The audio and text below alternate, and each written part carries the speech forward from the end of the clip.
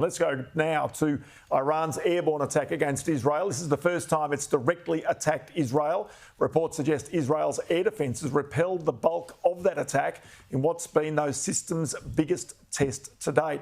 Israel plans to respond with the war cabinet continuing to meet while Iran threatens a further escalation. Joe, we know the Iranians had backed the rebel groups, Hezbollah, the Houthi rebels and so forth, but have staged largely away from direct attacks. So this is an escalation that was worried about even at the very beginning. It's very, very strange. That's right. Everyone said, oh, you know, the worst thing that could possibly happen is this escalates into a regional conflict that brings in nation states apart from Israel and Palestine, depending on how you want to categorise it, and that would have this basic domino effect where the US would then inevitably have to get involved, and then, of course, the rest of the Arab states, which fortunately are Sunni, not Shia, so hopefully would leave Iran to wither on the vine, would then have to face a decision of, OK, you know, whose side are we on, as the old song goes. Yes. I am still trying to get my head around the rationale for Iran doing this. If presumably Iran encouraged the October 7th attacks because it was worried that Israel was getting too close to Saudi Arabia and there was going to be a follow-up to the Abraham Accords, which meant that Israeli airlines could fly over Saudi airspace and the two countries would have legally recognise each other, etc., etc. That seems to be what Iran was worried about in actively stoking and funding the October 7th attack. So you have to wonder if it's that worried about peace in the Middle East breaking out, if you like. Yes. Is this what this attack is about? Are they now trying to provoke a wider conflagration in order to avoid their worst case scenario, which is in fact peace between Israel and the Sunni Arab states? Because otherwise you would have to think you'd abide by Napoleon's number one rule, which is never interrupt your enemy while he's making a mistake. And Benjamin Netanyahu is losing friends and not influencing people with obviously the Rafah, moving into Rafah and then the deaths of the aid workers. Why would Iran suddenly act to make Israel the victim again in the eyes of the world? It's very, very strange. Wasn't the stated, and again, I don't trust Iran, right? I don't, of course. But the stated reason was because there was an Israeli rocket attack on an embassy in Damascus. That's their stated reason, okay? Now, whether that was just the moment that gave them the opportunity to do what they decided to fire back with.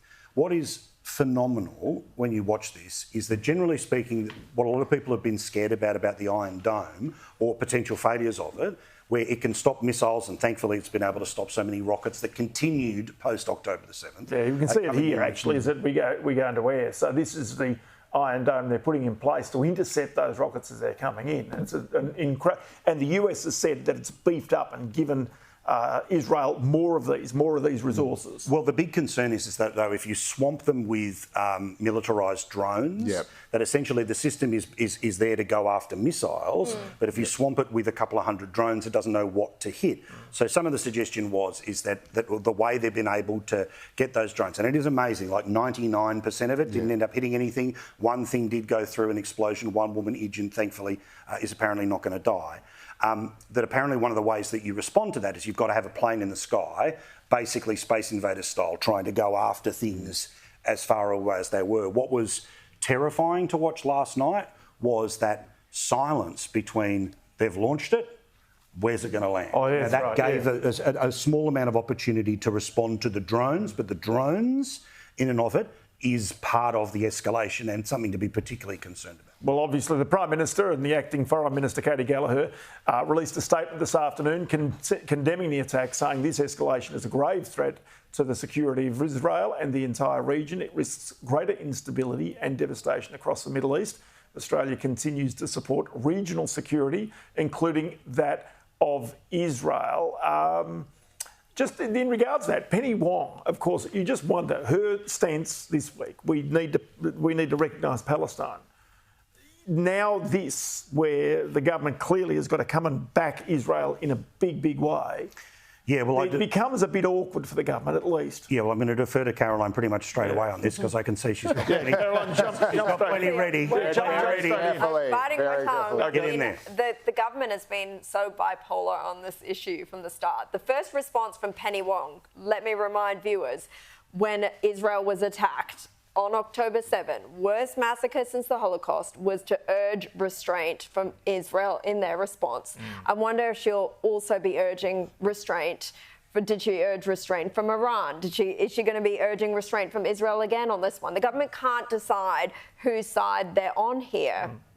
A few days ago, she was saying that we need to recognise a Palestinian state to provide security to the area. Do you think the Iranians care about that? But this is a consequence of a multicultural nation, which is what I said, because, I mean, like, I disagree with the yo-yoing and the bipolar nature of it. Like, it's pretty easy to see right from wrong, you know, like, and I'm not trying to say anything other than that. But, I mean, what do you expect? We're a nation that's supposed to embrace all other cultures and nations. And so what do they do? And their politicians... So we shouldn't be... Their politicians... I'm not saying that they should. Yes, but their politicians and their first reaction is to try and make certain they do themselves no harm.